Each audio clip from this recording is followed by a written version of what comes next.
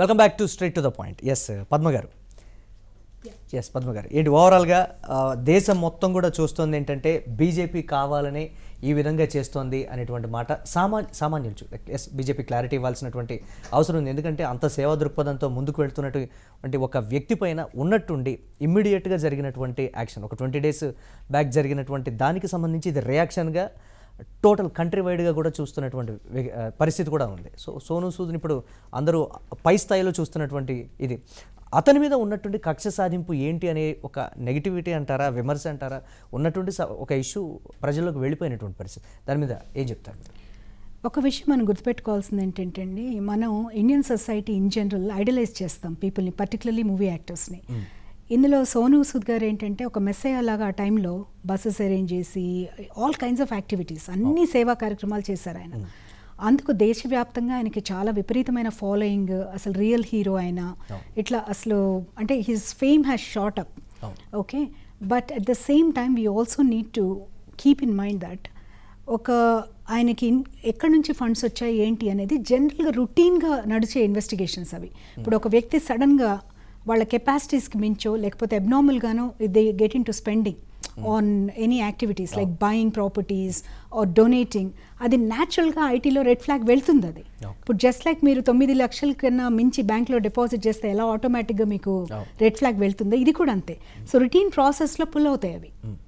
But ఏంటి అంటే మన జనంలో పాజిటివ్ చాలా మంచి ఇంప్రెషన్ ఉంది కాబట్టి, జనము జేజేలు కొడుతున్నారు కాబట్టి, జనం దేవుళ్ళ కొలుస్తున్నారు కాబట్టి, వాళ్ళు లీగల్గా ఏమైనా వైలేషన్స్ చేస్తే ఉపేక్షించాలా అనేది ఇక్కడ బిగ్ క్వశ్చన్. ఇది డెఫినెట్గా ఇది ఒక పాండరస్ బాక్స్. ఏంటి అంటే ఇది రొటీన్ ఇన్వెస్టిగేషన్లో ఒక ఎవరైనా ఒక నిజాయితీపరుడైన ఐటీ ఆఫీసర్ రైజ్ చేసినది ఇదైనా కూడా అది అక్కడ గవర్నమెంట్ రూలింగ్లో సెంట్రల్ గవర్నమెంట్ ఉంది కాబట్టి ఆటోమేటిక్గా fingers will point at them.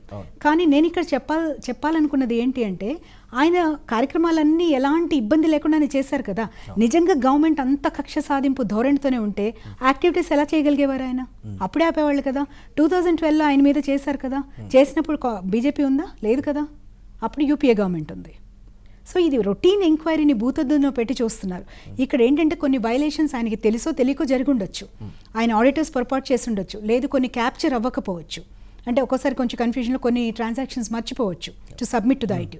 So ఇది ఒక ఎంక్వైరీ వచ్చినప్పుడు రొటీన్గా వాళ్ళు దానికి తగ్గట్టుగా వాళ్ళకి ఒక క్వశ్చనీర్ వస్తుంది. I don't know if ever went through any IT ఇది, కానీ వాళ్ళకి అర్థం కానివి మనకు ఒక క్వశ్చనీర్ వస్తుంది, ఇదేంటి చెప్పండి అని. దానికి వీరు కానీ వాళ్ళ ఆడిటర్ కానీ వ్యక్తిగతంగా కానీ లేకపోతే బై రైటింగ్ కానీ ఇవ్వాల్సి ఉంటుంది. అది ఇచ్చినప్పుడు వాళ్ళు సాటిస్ఫై అయినప్పుడు నెక్స్ట్ లెవెల్ ది కామెంట్. ఒక అపవాదం అంటారా, విమర్శ అంటారా, అనుకూలంగా ఉంటే ఇవేమీ ఉండవు అనేటువంటి మాట కూడా వినిపిస్తుంది. నేను ఇందాకే దానికి ఆన్సర్ చెప్పానండి. కేంద్ర ప్రభుత్వం అధీనంలో ఉంటాయి కాబట్టి వీటి ద్వారా ఏమైనా చేయించడానికి వీలుండేటువంటి పరిస్థితులు ఉన్నాయనేటువంటి విమర్శ కూడా. చేస్తే ఒకలాగా మాట్లాడతారు, చేయకపోతే ఒకలాగా మాట్లాడతారు. న్యాచురల్గా ఆ ప్రాసెస్లో ఆ పర్టికులర్ డిపార్ట్మెంట్స్ చేసిన వాటికి కూడా గవర్నమెంట్ మెడకు చుట్టాలని చూస్తారండి. అది ఆల్వేస్ ప్రతిపక్షాలు చేసే పని అది. Okay, so I will not give much క్రెడెన్స్ to such kind of criticism. ఇక్కడ ఏంటంటే న్యాచురల్గా వెళ్ళే ఒక దీంట్లో ఇక్కడ పెద్ద ఆయనకి అక్యూజ్డ్ అనేది ఆయనకి ఏమీ ఇది లేదు. It's just an enquiry. They just raided, they see some cash, కొంత నోటీస్ చేశారు. ఒక 20 crores వరకు ఒక ట్యాక్స్ ఎవేషన్ ఉంది. 20 crores ట్యాక్స్ ఎవేషన్ ఒకటి ఉంది. That's a big amount, not to be shown in the ఇది. అదొక చిన్న అమౌంట్ కాదు. అట్లాగే 1.8 crores క్యాష్ ఉంది. మీకు తెలుసు ప్రస్తుతం ఉన్న రూల్స్ ప్రకారం అంత క్యాష్ ఎవరి దగ్గర ఉండటానికి లేదు. More than 2 lakhs nobody can hold that kind of cash, not even a trust, not even an individual. So ట్రస్ట్లో పర్టికులర్లీ అసలు బ్లాక్ వాట్ అనుకుండదు. మీరు ఇండివిజువల్ కన్నా మీరు పెట్టుకోవచ్చు మీ సొంత ఖర్చులు కానీ, బట్ ట్రస్ట్లో అసలు బ్లాక్ ఎక్కడ వాడటానికి ఉండదు. మీకు ప్రతిదీ it has to be accounted for. ఎవరు ఇచ్చారు, ఏ పర్పస్ మీద ఇచ్చారని వాళ్ళు ఇన్ రైటింగ్ ఇవ్వాల్సి ఉంటుంది పెద్ద అమౌంట్స్కి. అట్లాగే ఫారిన్ నుంచి మీరు తీసుకోవాలంటే మీ ట్రస్ట్కి 3 నెలల తర్వాత వచ్చే పర్మిషన్ ఒకటి ఉంటుంది, 9 నెలల తర్వాత వచ్చే పర్మిషన్ క్యాష్ రూపంలో సహాయం చేసి ఉంటే అంటే కొంతవరకే ఇవ్వచ్చండి. అది చాలా small amounts, not to the tune of crores. అదే ఏదైనా అవ్వచ్చు, అది ఎక్స్ప్లెయిన్ చేయాలి. నేను అంటుంది ఇప్పుడు మీకు ఆ 1.8 crores మీకు 100 రూపాయలు చొప్పున చాలా మంది పంపించారు అనుకోండి మీ ఫ్యాన్స్, ఎగ్జాంపుల్ చెప్తున్నాను నేను, అది అకౌంట్ చేయాలి. నా ఫ్యాన్స్ పంపించారు, వీళ్ళు పంపించారు, ఫండ్ రేట్స్లో వచ్చింది, దట్స్ ఇట్. ఎవరైనా వచ్చి 1 లక్ష 2 లక్షలు ఇచ్చేసి వెళ్ళిపోయి అలా ఉన్న అమౌంట్ కూడా అలా గ్యాదర్ అయి ఉండొచ్చు. అకౌంట్ చేయటం అంతే. See all it is accounting అండి. అక్కడ వాళ్ళకి అర్థం కాని ట్రాన్సాక్షన్స్ ఉన్నప్పుడు ఈ అర్థం కాని ట్రాన్సాక్షన్ ని అర్థం చేయించాల్సిన బాధ్యత వారి మీద, వారి ఆడిటర్ మీద ఉంటుంది. Okay, this is purely departmental. ఇది రెగ్యులర్ స్కానింగ్ లో వెళ్ళేది అనమాట. పర్టికులర్లీ ఏంటంటే ఫారిన్ కంట్రీస్ లోంచి ఏ ట్రస్ట్కి వచ్చిన మనీ మీదైనా దేర్ ఆర్ హాకైస్ ఫ్రమ్ ది సిబిడిటీ. మీకు తెలుస్తుంది, ఇన్కమ్ ట్యాక్స్ చాలా క్లోజ్గా వాచ్ చేస్తుంది ఫారిన్ కంట్రీస్లోంచి ఎవరు ఏ సంస్థ ఎందుకు పంపిస్తున్నారని. ఎందుకంటే సోనీ సూద్ గారు చేస్తారని కాదు, బట్ జనరల్గా ఏంటంటే that's how terrorist funding is జరుగుతుంది, టెర్రరిస్ట్ యాక్టివిటీస్. సో అది సెంట్రల్ గవర్నమెంట్ బాధ్యత, అది సెంట్రల్ గవర్నమెంట్ ఏజెన్సీస్ బాధ్యత అది. సో దాన్ని ఎవరు అతీతం కాదు, ఎవరికైనా కూడా అది ఒకటే వర్తిస్తుంది. మీకైనా, నాకైనా, సూద్ గారికైనా, మోడీజీ గారికైనా, ఎవరికైనా అదే వర్తిస్తుంది. Nobody is above the law, everybody has to submit themselves to the rule of law. ఇక్కడ ఏంటంటే సింపుల్గా they have to explain why it has been accounted and why it is in cash, why there is FCRA violation ఎందుకు ఉంది, ఈ 20 crores transaction ఏంటి. ఇప్పుడు ఆయన ఏవైతే ఒక లక్నో బేస్డ్ ఇన్ఫ్రాస్ట్రక్చర్ కంపెనీతో కొన్ని అకౌంట్ ఇవి ఉన్నాయి, అవి ఎక్స్ప్లెయిన్ చేయటం అంతే. అక్కడ నుంచి ఇక్కడ నుంచి స్టేట్మెంట్స్ తీసుకుంటారు. If everything is tallying, everything is clear, there's no problem. తన హోటల్ కూడా తాకట్టు పెట్టి చేసిన ట్రాన్సాక్షన్స్ కూడా ఉన్నాయనేటువంటి మాట ఆయన చెప్తూ ఉన్నారు. అదే నేను అంటున్నాను, all it matters is he has to account for అంతే. But it is understandable that people. ఒక్క నిమిషం మేడం, ఒక్క నిమిషం పుష్పలీల గారు, ఒక్క నిమిషం, let me just finish this. Complete చేసిన తర్వాత it is very natural for all the people to react the way that they reacting. ఎందుకంటే వాళ్ళు ఒక దేవుడిలాగా చూసే వ్యక్తి మీద ఏదో ఒక కక్ష సాధింపు చర్యగా చూస్తున్నారు వాళ్ళు. But that's not the thing. కొన్ని అక్కడ వైలేషన్స్ ఉన్నాయి కాబట్టి క్వశ్చన్ చేయాల్సిన బాధ్యత సంబంధిత అధికారులది ఉంటుంది, వివరణ ఇవ్వాల్సిన బాధ్యత వీళ్ళకు ఉంటుంది. There is nothing to take offense about. Yes. Pushpaleela గారు, నేను అనేది ఏంటంటే ఇప్పుడు వారేదో కామన్ గా సరే ఒక అఫీషియల్ గా అడ్మినిస్ట్రేటర్ లెవెల్లో కానీ అది చూడాల్సింది, అది రొటీన్ అని ఆవిడ చెప్పడము, ఇలాంటి వాళ్ళన్నా పట్టించుకోకపోవడం అనేది మాత్రం నేను అభ్యంతరం చెప్తున్నాను. ప్రజాస్వామ్యంలో పట్టించుకున్న వాళ్ళు ప్రతిపక్ష వాళ్ళు అనేది అన్ని తప్పుగా తీసుకోవడం కూడా తప్పే. వాళ్ళు ఏమన్నారు, మా తప్పేం లేదని స్వయంగా మోడీ గారు వచ్చి చెప్తారా చెప్పండి? ఇప్పుడు సూద్ గారు మంచి వాళ్ళని చెప్పారు, మరి మంచి వాళ్ళ మీద చేస్తున్నప్పుడు మరి ఇది ఆయన చేసి ఉంటారు అని అనేది సర్టిఫికెట్ ఇస్తారా? సో వీళ్ళ వారికి వచ్చేసరికేమో అదేమో రొటీన్ అంటున్నారు. మరి వాళ్ళకి తెలియకుండా కొన్ని కోట్లాది రూపాయల స్కామ్లు జరిగినవి ఎన్నో జరిగినాయి. ఇలాంటి వాళ్ళు బీజేపీలో ఉన్న వాళ్ళు కూడా చాలా మంది ఉన్నారు. ఇప్పుడు వాళ్ళందరినీ వదిలేసి పట్టుదలగా ఈ సబ్జెక్ట్ ని ఇప్పుడే తీయడం వల్ల ఎవరికైనా డౌట్ వస్తుంది. ఉండొచ్చు మీరు అన్నట్టుగా, మీరు చెప్పినంతగా మీరు ఆ చట్టాన్ని చదివిన వాళ్ళు, లేకపోతే మీకు ఆర్గనైజేషన్ లెవెల్ మీకు అన్ని సెక్షన్స్ తెలుసు కాబట్టి మీరు చెప్పింది రొటీన్ అంటున్నారు. మీరు రొటీన్ అయితే ఆయన రొటీన్ గా చేస్తాడు, కానీ ఇప్పుడు ఆయన ఆస్తులను అమ్ముకొని పేదవాళ్ళకి చేస్తుంది అనేది అయితే ప్రజల దృష్టిలో అయితే ఉంది కదా. దాన్ని అంత తొందరగా మోడీ గారు కానీ బీజేపీ గారు కానీ కొట్టేయడానికి వీలు లేదు కదా. సో వాళ్ళ లెవెల్లో వాళ్ళ అనుమానాలని, ప్రజా అనుమానాలని తీర్చవలసిన బాధ్యత అఫ్ కోర్స్ అతను కూడా ఉంటుంది, ఆయన క్లియర్ చేయాలి. ఇన్ కేస్ చేయకపోతే ఇప్పుడు ఈ సమయంలో చేయడం ఏంటి అనేది ఒక ప్రశ్నకు మాత్రం వీళ్ళే దీనికి తగిన మూల్యం చెల్లించుకోవాల్సి వస్తుంది. అది నేను చెప్పేది. చిట్టిబాబు గారు, థ్యాంక్ యూ, ఇప్పటికైనా వచ్చాను నా దగ్గరికి. ప్రాధాన్య క్రమంలో, వరుస క్రమంలో ఖచ్చితంగా వరుస క్రమంలో ఏం చెప్పాలో కూడా కూర్చోబెట్టి ఉంటే ఓకే. ఇప్పుడు ఈ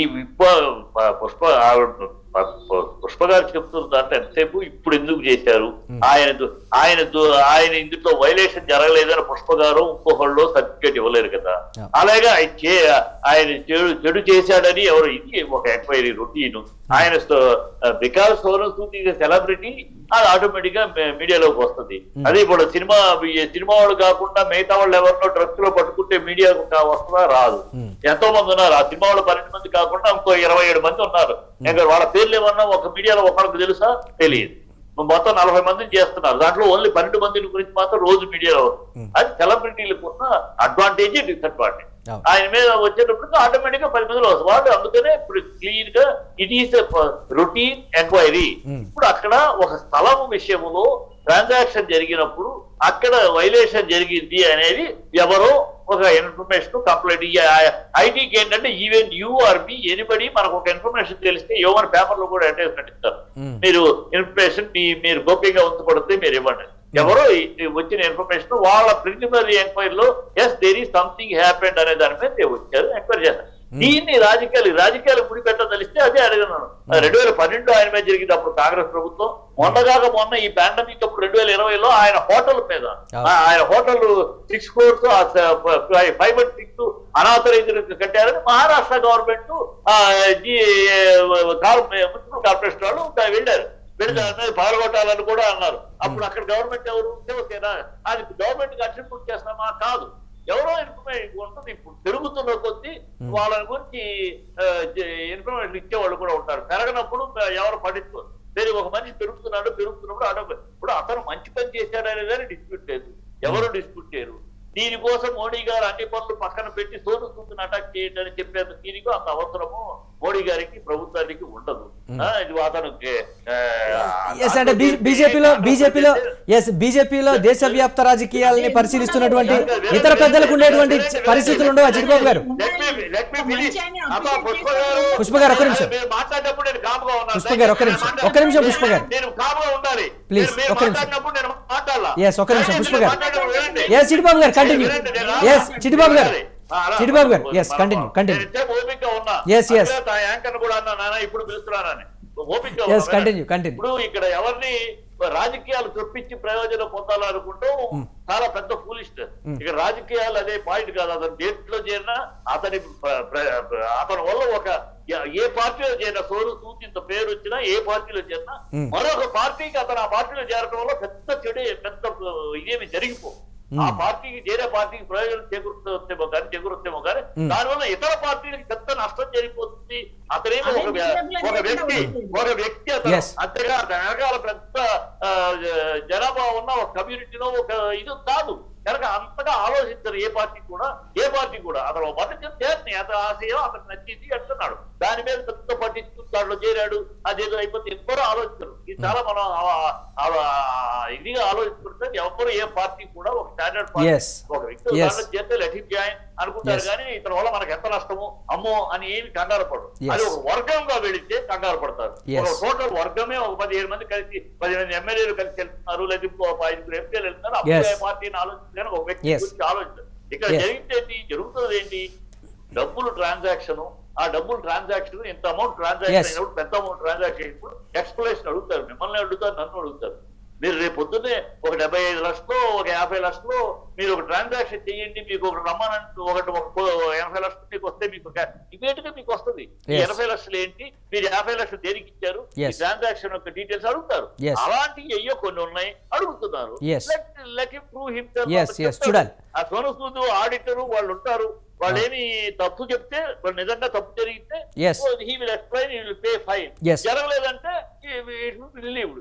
దీన్ని ఒక రాజకీయ రంగు పూసి బీజేపీ కంకణం కట్టుకుంది, బీజేపీ వీళ్ళ మీద ధ్వజమెత్తింది, ఆ పార్టీలో ఆయన చేరాడు కనుక ఏమిటమ్మా ఆమ్ ఆద్మీలో సోను సూద్ చేరితే ఎంత ఆమ్ ఆద్మీకి ప్రయోజనం ఉంటదేమో కానీ బీజేపీకి నష్టం లేదు, కాంగ్రెస్ కే నష్టం లేదు, కమ్యూనిస్టులకు నష్టం లేదు. పెద్ద పార్టీలు నేషనల్ పార్టీకి ఒక వ్యక్తి ఒక దేంట్లో చేరడం వల్ల ఏమీ పెద్ద నష్టాల గురించి ఉండవు. అది ఒక వర్గంగా చేరితే ఒక 20 మంది చిట్టిబాబు గారు